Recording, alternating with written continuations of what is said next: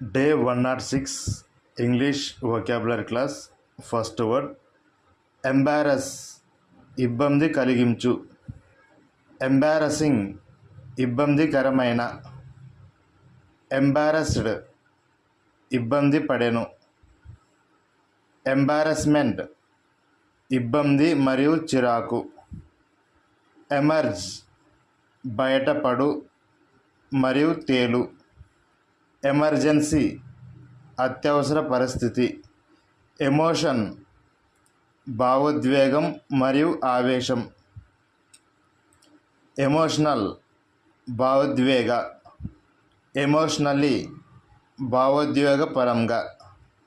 Emphasis, ఉద్ఘాటన మరియు నొక్కి చెప్పడం.